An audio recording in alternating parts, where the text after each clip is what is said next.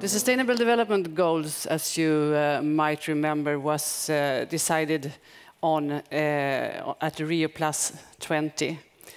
The ambition was to develop goals that go beyond the Millennium Development Goals that are that should be accomplished in 2015. They go beyond the Millennium Development Goals in the sense that it's the first time that we really embark on handling the challenges both of poverty eradication and the climate challenge and the environmental degradation at one time. They also go beyond the Millennium Development Goals in the sense that this is not a North-South agenda that we are negotiating. This is really a universal agenda. So what we decide on needs to be implemented by each and every country, by Sweden, both nationally and internationally. The discussions, as you also might be aware, started already in 2013. And they started in a very untraditional way for being a UN negotiation. Something that was called the Open Working Group was formed. At the start, it was composed only by 30 countries, but it was open to all the UN members. So at the end, almost all countries in the world took part in these discussions. And it was really more of a discussion than a regular negotiation. And this forum turned out to be very productive. It helped us to reach goals that were much more visionary than we really had expectations to reach. And another reason that those goals could be so forward-looking is that the discussion was open up to the breadth of civil society. Traditional civil society organizations, business, trade unions, academia took part in the negotiations. And in parallel, there was also a broad consultation with the world's population, where the UN, by seminars, by internet, by different tools, reached out to people in about 100 countries. So this year we started the more traditional intergovernmental negotiations. They are not ready yet, but it is obvious that the countries of the UN want to take care of what was really formulated by the Open Working Group.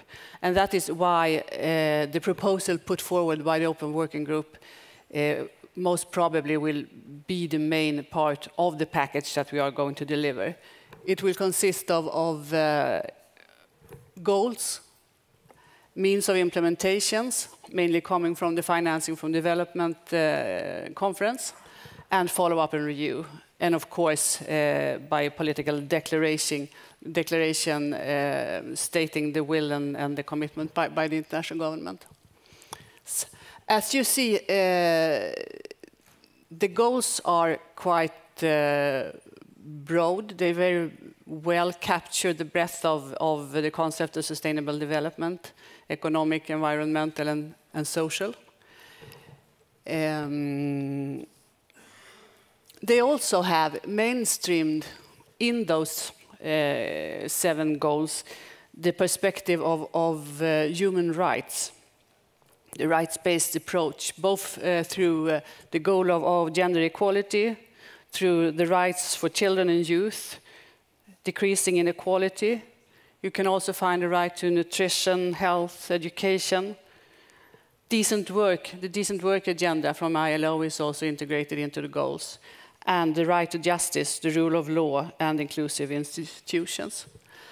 And I imagine that you take special interest in Goal 11 because there's a specific goal for sustainable cities. And this is Goal 11 with its targets. There are 17 goals and 169 targets. As you can see, the targets are making it more concrete, and some of the targets are also delivering the means of implementation for fulfilling the goals. And given the focus of this conference, target 11.7, of course, is of special interest to you. And if you look to this specific goal and compare it with the 17 goals, it's obvious, of course, that there are a lot of cross-references between the different goals. It's also obvious that it would be impossible to fulfill Goal 11, sustainable cities, if you don't fulfill the other goals. But it's just as obvious that you need to fulfill the other goals in order to fulfill goals 11. It's also obvious that a lot of this work of implementation, of realization, the visions that we have, need to be done at the national level, but also at the very local level. A lot of this work will necessarily need to be done by communities and cities.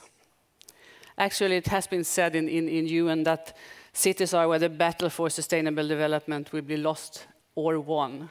And that's obvious if you consider that half of humanity lives in cities today.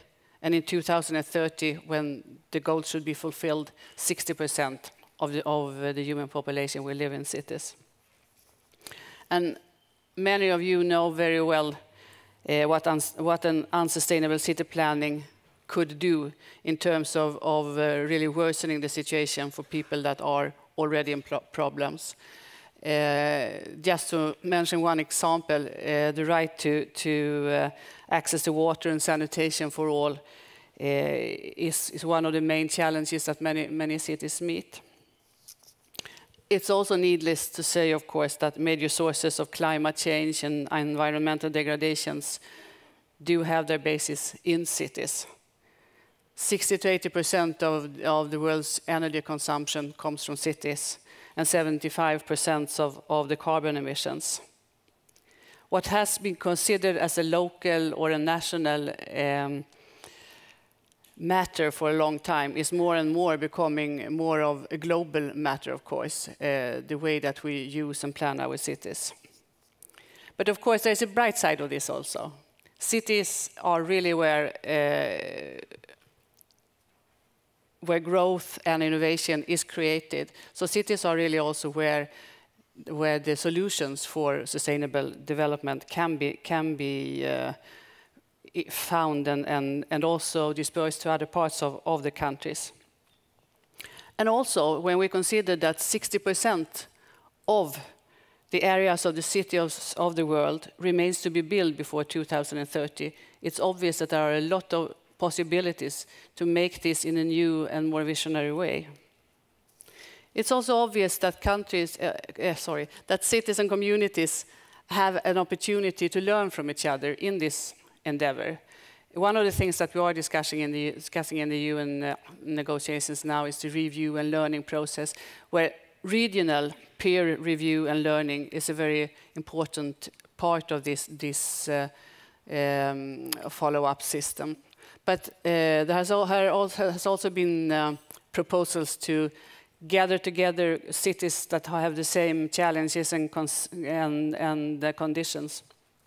For example, cities with harbors could gather together, cities over a certain size.